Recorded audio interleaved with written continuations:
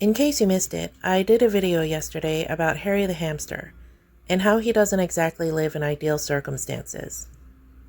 Part of the video was debunking Foodie's lie that she bought the biggest cage available at PetZone.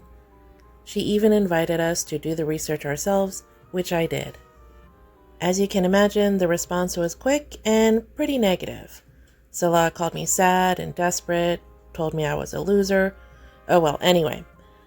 At the end of the video, they bring out Harry in his tiny cage, and Salah plays a really annoying noise.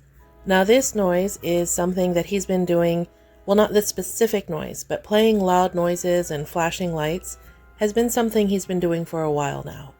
See, Salah is desperate to get back on camera, even if he has to do it like a toddler. So the purpose of this video is to show you what I mean by that, and to clear up a couple of comments that I got about the hamster cages. Let's take a look. Trigger warning, as he comes in, Salah will flash the lights in a strobe-like fashion without any warning whatsoever and play really loud noises.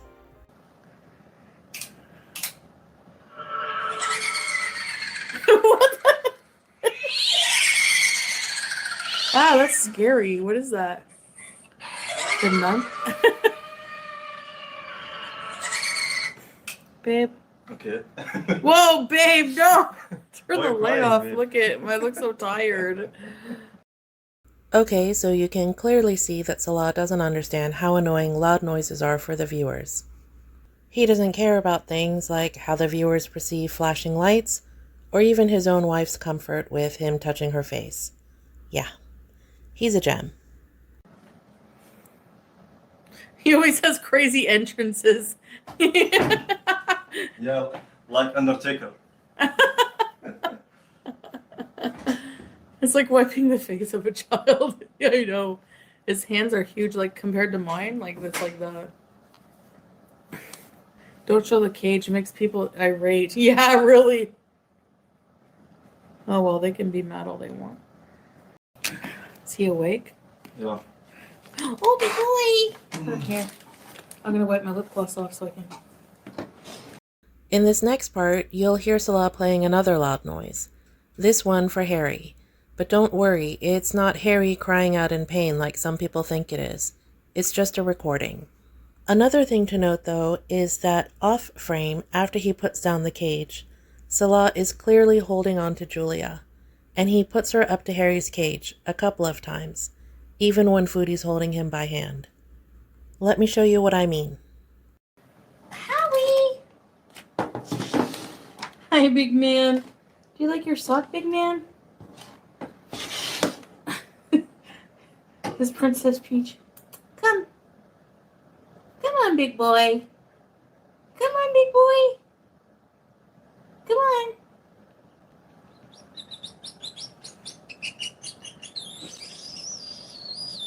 He's looking.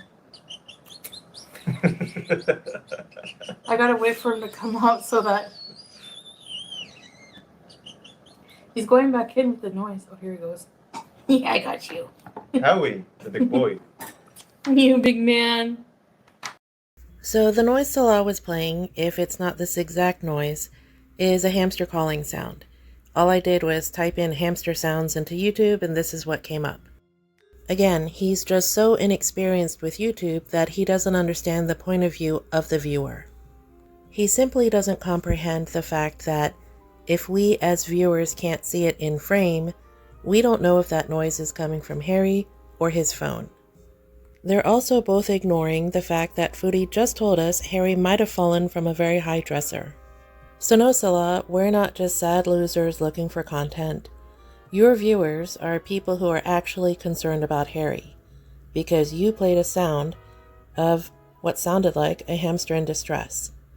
So now let's go back to the video and take a look at Salah brandishing Julia right up to Harry as Foodie holds him. Hi, big man. You big man. Julia is watching him, look. Yeah, I know. You won't get him. Say hi, Howie. We tell them you tried to escape, but you stole the chicken, so I knew you were fine. You can't trick me. No, your brain is the size of a pea. His His little nose. No! Before I go, let's go ahead and revisit the cage quandary, or the question of whether or not Harry has the biggest cage from Pet Zone. I got quite a bit of feedback about the 2 cages that I showed, which were considerably larger than what Foodie has for Harry.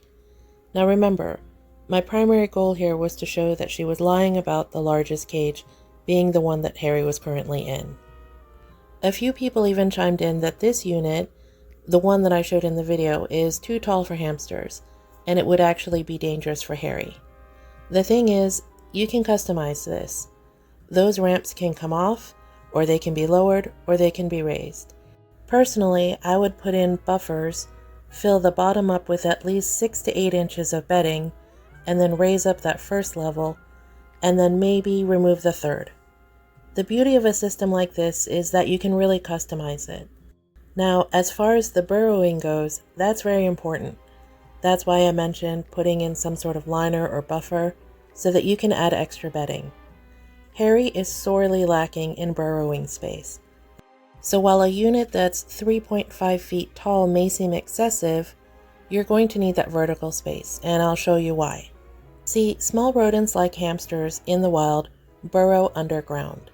They create spaces for themselves where they sleep, they defecate, they store their food and their possessions. So no, Foodie, Harry is not trying to kill Princess Peach, he's trying to bring her down into her burrow. That doesn't exist, because you don't give him enough bedding. So like I said, with that unit that's 3.5 feet tall, I would clip on some sort of exterior liner made out of either lucite or wood, and then I would fill it up with about 6 to 8 inches of bedding at all times, so that Harry could burrow as much as he wanted. I would then remove the ramps and reconfigure them so that he has 2 levels, and yes, make sure that he never has a high drop. After that, I would invest in some Habitrail tubes and create an aerial zone where he can climb up into the tubes as much as he likes. Naturally, I would do all of this inside the confines of the cage so that Julia could never get to him.